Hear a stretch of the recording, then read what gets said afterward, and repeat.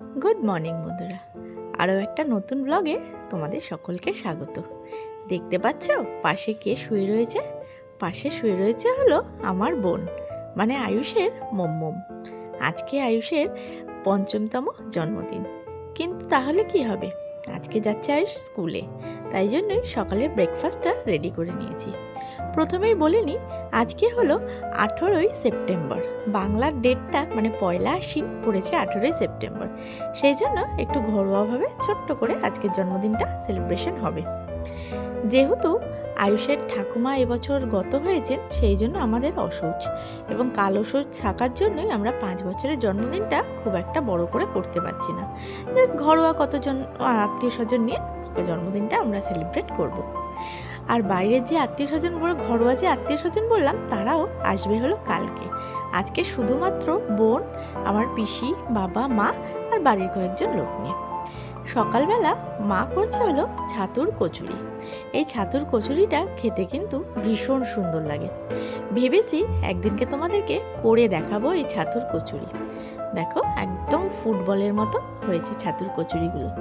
আর বিশ্বাস করো, এই ছাতুর কচুরিতেই শুধু খাওয়া হয়ে যায়, আর কিচ্ছু লাগে না। আর যে দেখলে যে আয়ুষের টিফিনটা রেডি করেছি ব্রেকফাস্টের, সেটাই এখন নিয়ে যাচ্ছি। জামাগুলো বড় হয়েছে, গত ব্লগেই বলেছিলাম, সেই জন্য সেই দিনকেই জামাগুলোকে পাল্টে আবার দুটো এক সাইজ ছোট এনেছি।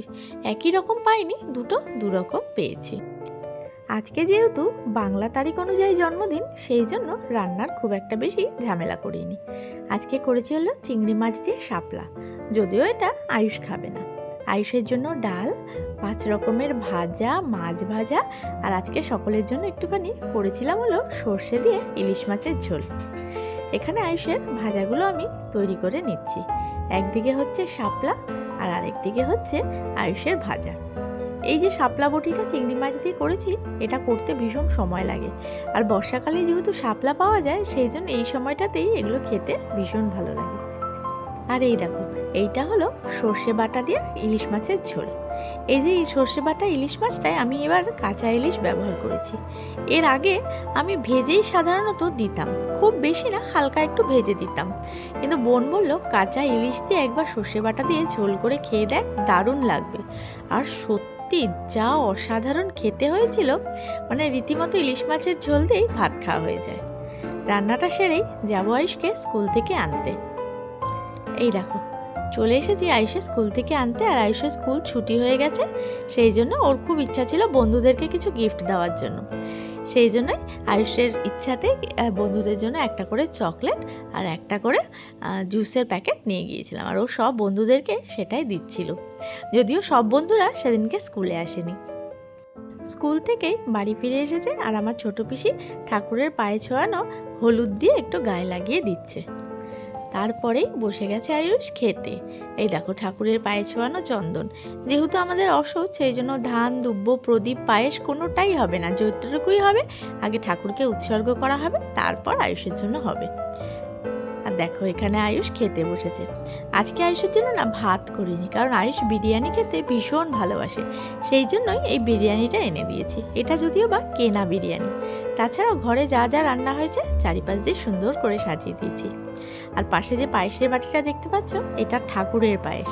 আর আয়ুষের গিফটগুলো দেখো, তার পাশে রয়েছে কেক, বিস্কিট, চকলেট, আইসক্রিম, তাছাড়াও অনেক কিছু, কোল্ড ড্রিঙ্কস। আর আয়ুষ দেখো নিজের মতো করে সুন্দর করে নিয়ে খাচ্ছে। আজকে এই বাংলা জন্মদিনটা এরকম ঘরোয়াভাবেই আমরা পালন করব। আর ইচ্ছা আছে কালকে যারা আসবে, যেরকম মাসিরা, পিসিরাও আসবে, মাসিরা আসবে, আরও কয়েকজন আসবে, আয়ুষ স্কুলের বন্ধুরা আসবে, সকলকে নিয়ে একটুখানি ইংলিশ বার্থডে পালন করা হবে। ইংলিশ বার্থডে বলতে কেক কাটিংটা, ওইটা আমরা কালকে খাবো, কালকে করব। দেখো আয়ুষ মন দিয়ে খাচ্ছে। আর পাশে রয়েছে আয়ুষের একদম ফেভারিট মম্মম, ওকে ছাড়া তো এক মুহূর্ত চলতে পারে না। যেটা যেটা খাবে সেটা সেটা পাতে রেখেছে, আর যেগুলো খাবে না সেগুলোকে সব তুলে দিয়েছে। ভেবো না আয়ুষ সমস্ত কিছু খেয়েছে। আয়ুষের পাতের খাবারটা আমরা কিন্তু খেতে পারবো না, আমরা বলতে মা বাবারা খেতে পারে না, সেই জন্য বাকি যা ছিল সেগুলো ওর মোমোম খেয়েছে। আর এখানে মোমোম বলছে একটুখানি ইলিশ মাছ আমি বেছে দিই শোনা, তুমি খাও। ও খুব একটা মাছ ভক্ত না, এখনকার দিনের কোনো বাচ্চারা এই মাছ খেতে খুব একটা পছন্দ করে না, ওই ডিম আর চিকেন। আমার আয়ুষও সে কি সেরকম। ভীষণ ইচ্ছা ছিল এবছরে 5 বছরের জন্মদিনটা খুব ধুমধাম করে করব।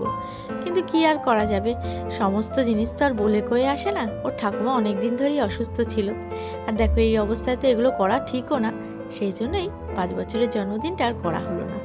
ঠিক আছে, পরে কোনো এক সময় নিশ্চয়ই হবে, এবার নয় ছোট করে হোক।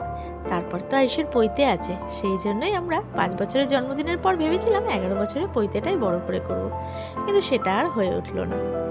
এখানে আয়ুষের খাওয়া মোটামুটি হয়েই এসছে, ও ভাত বিরিয়ানিটাই খুব ভালো করে খেয়েছে, বাদ বাকি আর কোনো জিনিসই ওর খুব একটা খেতে ইচ্ছা করছে না।